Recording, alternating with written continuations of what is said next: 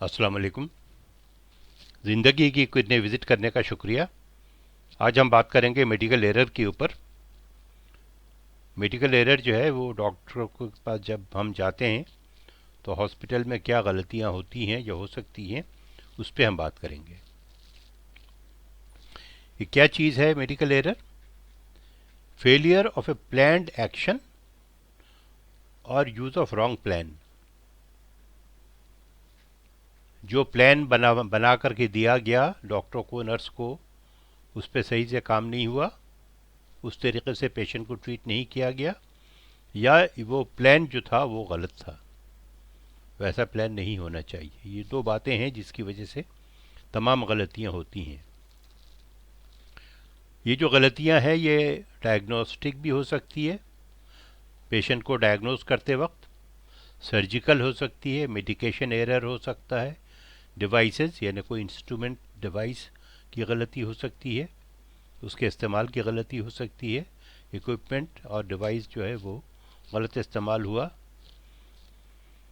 Systems failure यानी जो system बनाया गया जिस तरीके से पेशेंट को ट्रीट किया जाएगा उसमें गलती थी, या वो गलत तरीके से इस्तेमाल किया गया, इन्फेक्शन हो गया पेशेंट को सर्जरी के बाद, पेशेंट गिर गया, फॉल कर गया सर्जरी के बाद, वो बाथरूम गया, कोई अटेंडेंट नहीं था उसके साथ, और वो ओल्ड एज का पेशेंट था, वो स्लिप करके गिर गया नीचे और फिर उसका जो स्टिच था वो फट गया, and so on. Mix diagnosis, गलत डायग्नोज हुआ या इंजरी हुआ मेडिकेशन की वजह से, किसी मेडिकेशन की वजह से एरर हो गया। तो ये सारी वजूहत हैं एरर की। अब एरर दो किस्म के होते हैं, एक लेटेंट है और एक एक्टिव है। लेटेंट एरर वो होता है जिसमें कि एक प्लान बनाया गया इनहेरेंट इन द सिस्टम, जो सिस्टम बना हुआ है या बनाया गया सिस्टम डिज़ाइन में, एडमिनिस्ट्रेटिव डिसीजन पे या क्वालिटी इक्विपमेंट पे, उसमें गलती है, वैसा प्लान नहीं होना चाहिए। तो वो प्लानिंग की गलती है। दूसरा एक्टिव एरर है, जब पेशेंट को एक्चुअली ट्रीट किया गया डॉक्टर नर्सेज के लेवल के ऊपर, तो वहाँ पे गलती हुई। तो ये दो तरह के गलतियाँ हो सकती हैं। अब हम देखते हैं कि अमेरिका और यूके में ये जो गलती है वो किस हद तक हुई और उसका क्या स्टैटिस्टिक्स है, उस क्या फिगर्स हैं। 7 मिलियन से ज़्यादा, 7 मिलियन का मतलब ये है कि 70 lakh have been impacted in some way by medical errors each year. हर साल 7 मिलियन अमेरिकन पेशेंट्स जो हैं वो, उनको मेडिकल एरर की वजह से वो सफ़र करते हैं, और 7,000 से 9,000 अमेरिकन जो हैं वो मेडिकल एरर की वजह से उनकी डेथ हो जाती है। और तकरीबन 5,30,000 इंजरी इंसिडेंट्स ऐसे होते हैं आउट पेशेंट के ऊपर जो कि मेडिकेशन एरर की वजह से होता है। अमेरिका में 100,000 यानी 1 लाख रिपोर्ट मेडिकेशन एरर की हर साल रिसीव होती है, और उनमें से 41% जो है वो US citizens have claimed to be sufferer of a medical error. Sometime this was a personal encounter, कभी वो उनके साथ खुद होता है, उनके किसी रिश्तेदार के साथ होता है, किसी दोस्त के साथ होता है, और 41% ऑफ टोटल यूएस सिटीजन्स जो हैं वो मेडिकल एरर सफ़र करते हैं या विटनेस करते हैं। यूके में जो है ये फिगर है 237 मिलियन मेडिकेशन एरर होता है इंग्लैंड में सालाना। 237 मिलियन, आप अंदाज़ा लगाइए कितना करोड़ों में जाती है बात। 38.4% ऑकरिंग इन प्राइमरी केयर, यानी जो फर्स्ट केयर होता है जीपी लेवल के ऊपर, वहाँ पे एरर होता है। 72% जो है उसमें कोई ज़्यादा नुकसान पेशेंट को नहीं होता, लेकिन 28% को पोटेंशियली सिग्निफिकेंट होता है, जिसमें पेशेंट को नुकसान होता है या होने का खदशा रहता है। अब ये एरर्स की जो प्लानिंग है इसमें हम थोड़ा सा इसको देखते हैं कि इसकी वजह क्या है। इसमें दो जो प्लानिंग है, जैसा हमने कहा कि कोई भी सिस्टम को प्लान किया गया कि एक पेशेंट को कैसे देखा जाएगा, किस तरीके से ट्रीट किया जाएगा, कैसे उसको मेडिसिन दी जाएगी अगर वो एडमिट है वार्ड में, एंड सो ऑन। तो एक जो होती है स्लिप और दूसरा है लैप्सेस। तो ये दो मेन चीज़ें हैं कि जिसमें स्लिप में जो पेशेंट है वो मेडिकेशन एरर मेनली होता है नर्स के लेवल के ऊपर कि डोज लैप्स हो गया या डोज स्लिप हो गया, यानी वो गलत तरीके से उसको दिया गया या फिर नहीं दिया गया। एक दोपहर का जो डोज है वो नहीं दिया गया तो वो लैप्स हो जाएगा एंड सो ऑन। और उसकी वजह क्या है? उसकी वजह है फटीग यानी थकन, स्लीप डिफिसिट, उसके जो नर्स है वो नींद उसकी पूरी नहीं हुई, डिस्ट्रैक्शन, उसको कोई और किसी ने बुला लिया, कोई और काम है उसके पास, कोई पर्सनल है, कोई मोबाइल बच गया एंड सो ऑन, या नॉइज़ है, शोर बहुत होता है उस हॉस्पिटल में, उस वार्ड में, उस जगह के ऊपर, और परफॉर्मेंस प्रेशर है उसके ऊपर, यानी उसके ऊपर जो है वो प्रेशर है, ज़्यादा काम का प्रेशर है। तो इसकी वजह से ऑप्टिमल वर्किंग कंडीशन मौजूद नहीं है। क्या होना चाहिए? ऑप्टिमल वर्किंग कंडीशन होना चाहिए, लॉन्ग आवर्स की शिफ्ट नहीं होनी चाहिए, मिनिमम इंटरप्शन होना चाहिए, टर्नओवर टारगेट नहीं होना चाहिए कि पे for safe practice instead of पे पर केस। तो जो नॉइज़ है वो इस तरह से एसेस करना चाहिए। और लैप्सेज में क्या है कि फॉल्टी मेमोरी, याद नहीं है, भूल गए, दोपहर में पेशेंट को डोज देना था, नर्स भूल गई। तो इसमें less reliance on memory, memory के ऊपर रिलायंस ज़्यादा नहीं होना चाहिए, हर चीज़ ब्लैक एंड वाइट में राइटिंग में होना चाहिए। Cognitive aid along algorithm checklist visual aids. Cognitive aid का मतलब ये कि उसको रिमाइंड कराया जाए, उसको हेल्प आउट किया जाए कि किस तरीके से ये चेकलिस्ट, एक चेकलिस्ट होना चाहिए विजुअल एड का, और उसके बाद उसको फॉलोअप होना चाहिए। मिसाल के तौर पर ये एक स्टैंडर्ड प्रैक्टिस होना चाहिए कि जो भी मेडिसिन पेशेंट को दिया जाए उसको ज़ोर से प्रोनाउंस करे वो। मिसाल के तौर पर पैरासीटामॉल, तो जब वो पैरासीटामॉल किसी पेशेंट के लिए निकालेगी नर्स, तो बुलंद आवाज़ के साथ पैरासीटामॉल कह करके फिर वो निकालें, तो मिस्टेक होने के चांसेस मिनिमाइज हो जाते हैं, कम हो जाते हैं। एरर्स इन एग्जीक्यूशन, एग्जीक्यूशन जैसा मैंने कहा कि वो प्लानिंग का स्टेज था, ये एग्जीक्यूशन का स्टेज है कि पेशेंट को अब दवा देना है, नर्स के लेवल पे हम बात कर रहे हैं, पेशेंट को दवा देना है, तो उसमें मिस्टेक हो सकती है, एक पेशेंट की दवा दूसरे पेशेंट को दे दिया, ये हो सकता है। और इसमें रॉन्ग प्लान वजह बन सकती है, ट्रेनिंग नहीं है उसकी, नर्स की प्रॉपर ट्रेनिंग नहीं हुई। ये नॉलेज बेस्ड भी हो सकता है, रूल बेस्ड भी हो सकता है। नॉलेज बेस्ड का मतलब ये है कि नई नर्स है, उसको कुछ पता नहीं है कि किस तरीके से कौन से पेशेंट को कौन सी दवा दी जाएगी, उसको पता नहीं है, तो ये नॉलेज बेस्ड है। रूल बेस्ड ये है कि जो रूल बनाया गया है वो फॉल्टी है और उसमें नर्स को असाइन नहीं किया गया कि कौन सा किस साइड के बेड पे उसकी ड्यूटी है। दोनों तरफ वार्ड है, जनरल वार्ड अगर है तो दो तरफ बेड्स होते हैं, दो तरफ, तो किस तरफ का बेड वो पहले कवर करेगी, किस तरफ का बाद में कवर करेगी, इसका एक स्टैंडर्ड रूल होना चाहिए। या तो राइट साइड से वो जाए या लेफ़्ट साइड से जाए, लेफ़्ट राइट नहीं होना चाहिए। तो ये इस किस्म के रूल बेस्ड जो है वो एरर्स हो सकते हैं। अब नॉलेज बेस्ड में क्या है? नॉलेज गैप है, जो लैक ऑफ स्किल है, उसको सही से ट्रेनिंग नहीं दी गई। कॉग्निटिव ऐड का मतलब यह है कि कॉग्निटिव का मतलब है मेंटल, तो मेंटली तौर पर उसको सपोर्ट करने की ज़रूरत है, उसको हेल्प करने की ज़रूरत है। रूल बेस्ड में fixating on one hypothesis, not able to think alternate solutions.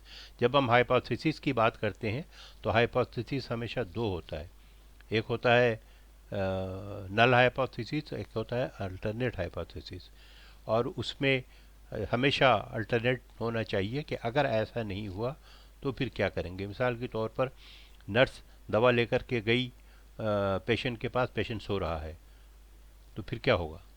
Patient को उठाया जाएगा नहीं जाएगा, या जब पेशेंट उठेगा उस वक्त दवा दी जाएगी? तो ये क्लियर होना चाहिए कि कोई पर्टिकुलर पेशेंट है तो उसको उठा के दवा खिलाया जाएगा या कि जब वो उठेगा तो खिलाया जाएगा, ये इसकी क्लियर कट इंस्ट्रक्शन होनी चाहिए।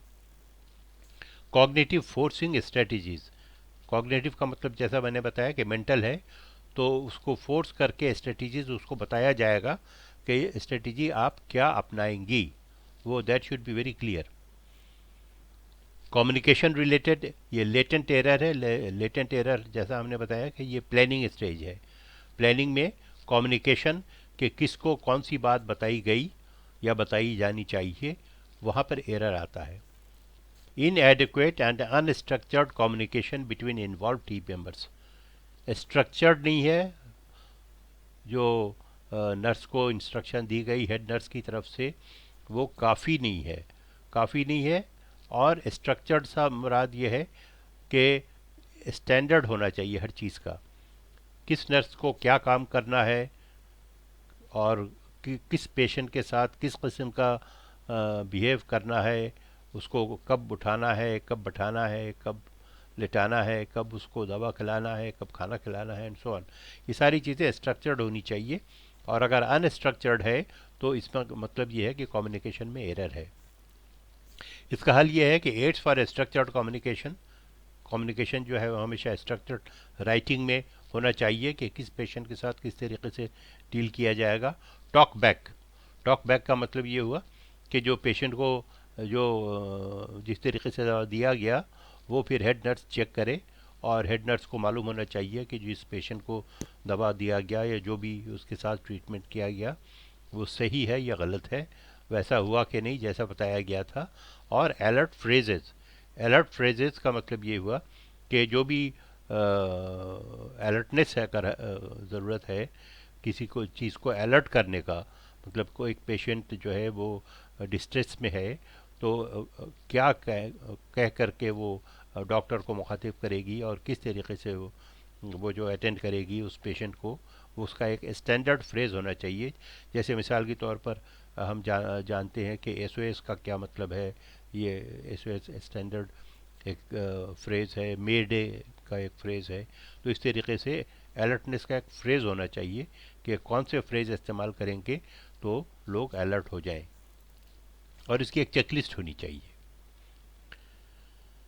और मिनिमाइजिंग मेडिकल एरर जो है ये ज़रूरी है, पेशेंट की सेफ्टी के लिए ये बहुत ज़रूरी है, और इसको मिनिमाइज होना चाहिए।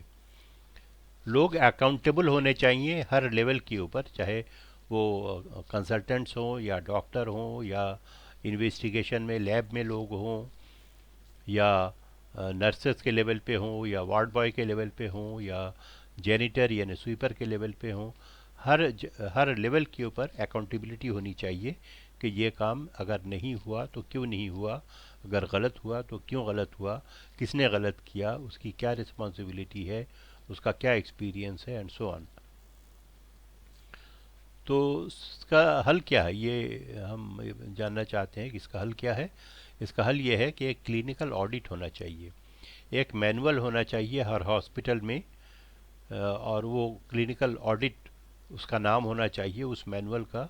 और उसमें पेशेंट जब ओपीडी में पहली दफ़ा रिपोर्ट करता है वहाँ से लेकर के अगर वो ओपीडी से डिस्चार्ज हो जाता है और वापस घर चला जाता है तो वो वहाँ पे क्लोज़ हो जाएगा। लेकिन अगर कोई पेशेंट ओपीडी में रिपोर्ट करता है, कंसल्टेंट उसको देखता है और उसको एडमिशन रिकमेंड करता है, तो ये जो पूरा प्रोसेस है एडमिशन के बाद क्या ट्रीटमेंट होगा, और ट्रीटमेंट जो है वो उसमें डिफरेंट जो स्टेजेस हैं, ये तमाम चीज़ें जो हैं वो क्लिनिकल ऑडिट में कवर होंगी। और ये एक होना चाहिए मैनुअल। और इसका एक इस तरीके से हम देखते हैं कि पहले तो हम प्रॉब्लम आइडेंटिफाई करें कि प्रॉब्लम क्या है। मिसाल के तौर पर किसी नर्स ने सही वक्त पे दवा नहीं दिया, तो ये एक प्रॉब्लम है। अब उस नर्स को चेक किया जाएगा कि वो ऐसा उसने क्यों नहीं किया। इसलिए नहीं किया कि जो क्राइटेरिया है, जो स्टैंडर्ड है, वो उसने नहीं देखा या उसको मालूम नहीं।